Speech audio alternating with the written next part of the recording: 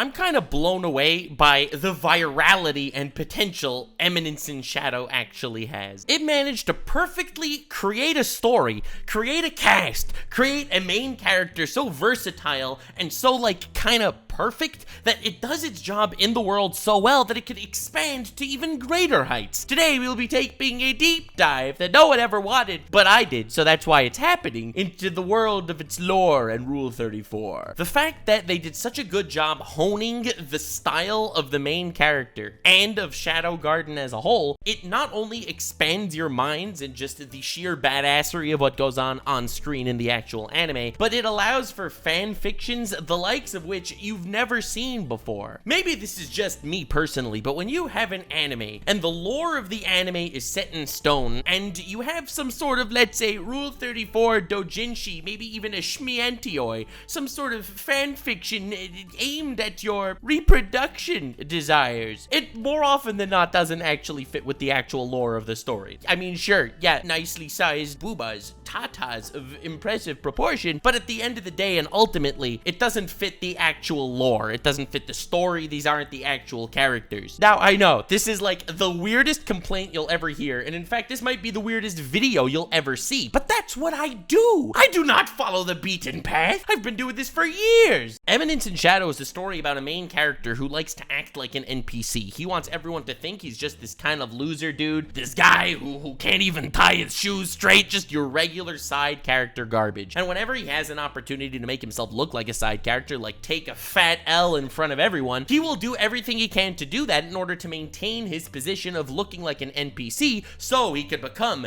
the Eminence in Shadow, the one who controls the world from behind the scenes, he who hunts the shadows from the shadows. Man wants to become the ultimate self-insert edgelord character, and everyone's loving him for it. Everyone could appreciate a character like this because a lot of us feel like NPCs in our own world. We feel like just your regular dude. But what if it was all a ruse because secretly you control the fate of the universe in the palm of your hand? It's like the ultimate self-empowering, self-insert fantasy, and it does such a good job in the hentai department too. The entire harem that he gathers, well, I say harem, but in actuality, they are just members of a secret shadow organization, and because he is so badass, they all unequivocally love him. It's a harem of badass shadow women that are more than happy to do anything to make his dream becoming the Eminence in Shadow a reality, to control the world from the shadows. I made an entire deep dive analysis on how he is overpowered done right and how his harem is the most menacing harem in anime. But now I want to get past that. I want to write this video looking at this from a much more meta perspective, because we've discussed the lore, but have we discussed the Rule 34? I harken back to what I said a moment ago about how very often you'll have Rule 34 of a character because every character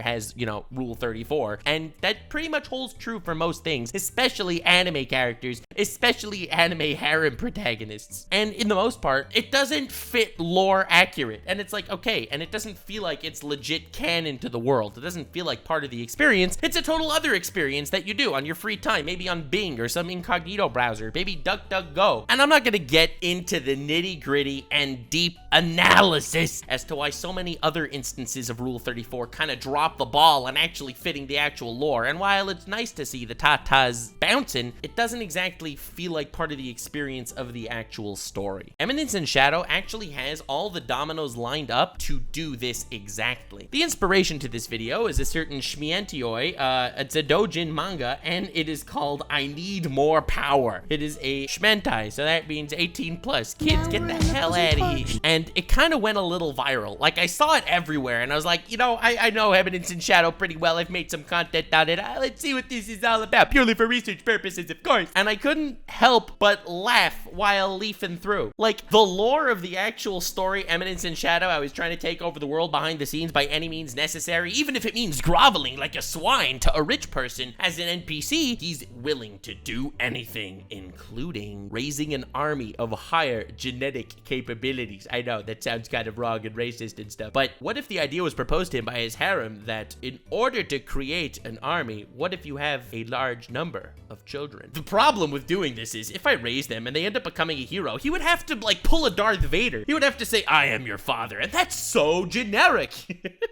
Like, he actually has these inner monologues, and it feels like it's something that would actually happen in the overall story. And he's thinking about it, and he's like, yes, this does serve my long-term interests. I will have a child. And every person in his harem is obviously flipping out. They all immediately disrobe and are like, please, allow us to serve you, master. They're, like, super all for it, because this actually kind of fits exactly what their persona would be in the story. Anyway, I don't want to get into the nitty-gritty here, but every single one of them essentially takes turns, and they, well, let's just say, due to his mana of replenishing his ability to nut, he's able to freaking have a wonderful time with every single member of his harem. It's kind of crazy to realize how much characterization went into the supporting characters. Every one of them has such a nuanced personality. They all approach this, let's just say, task at hand with a very different perspective and mindset. Alpha comes at it and it's like, listen, this is what we gotta do. Allow me to perform my duties to raise an army. While Beta is gonna just, you know, freaking have a good time, and as she is an author, she's like, I have to write all this down. This is just one of the most amazing experiences. We will have to notate all of this. Gamma is the klutz of the group, right? She's always the one falling down. So she, oh, oopsie, accidentally used the wrong hole by accident. Oh, a common mistake. Common Gamma L, ladies and gentlemen. Delta's the dog girl, you know, wagging her tail and having her vibe. Epsilon's the character that throughout the entire Eminence and Shadow anime kept, like, comparing herself to all of the people around her. She was the one madly in love with him and used slime magic to augment her physical capabilities. And that, of course, played a role in her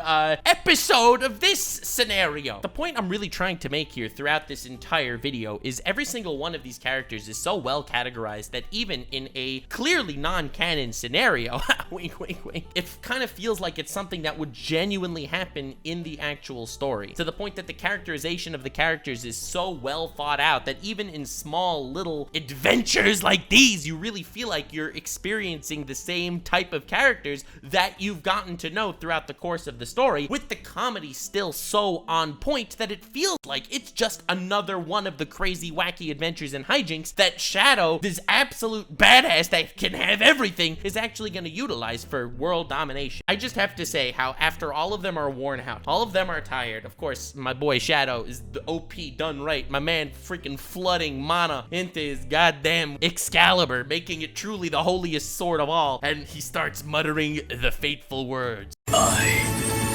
am atomic. Releasing his ultimate ability to nut in 100 women at the same time, no matter the distance. And they're just all over the place, just explosions. Let's just call it magic juices flying everywhere, obliterating everyone. They find something that fits so properly within the lore of this world, create a true comedic masterpiece. I then realized it was actually, you know, porn. I thought it was comedy. I thought it was like comedy fanfic, and then I was like, wait a second, this is actually porn. I know it's cringe to say, but it actually made me appreciate the overall writing, comedy, and the stylistic choices of the Eminence and Shadow story even more, which is why I really wanted to share it with you today. Anyway, I just really wanted to show my appreciation for this series in the most Nux way I could possibly do it. So that's what I did today. Freaking drop a like, all range atomic that goddamn subscribe button right now, because future deep dives in the Rule 34 and lore of franchises incoming, pushing the boundary the way no one has done before, catching community strikes like they're Pokemon, like the way my boy freaking Shadow over here was catching sexually transmitted diseases. Alright, this video is a weird one. I don't know why I did this. Anyway, I'm sure you'll like it. Let me know if you do, because, yeah, oops. Bye! Stay weird, fans!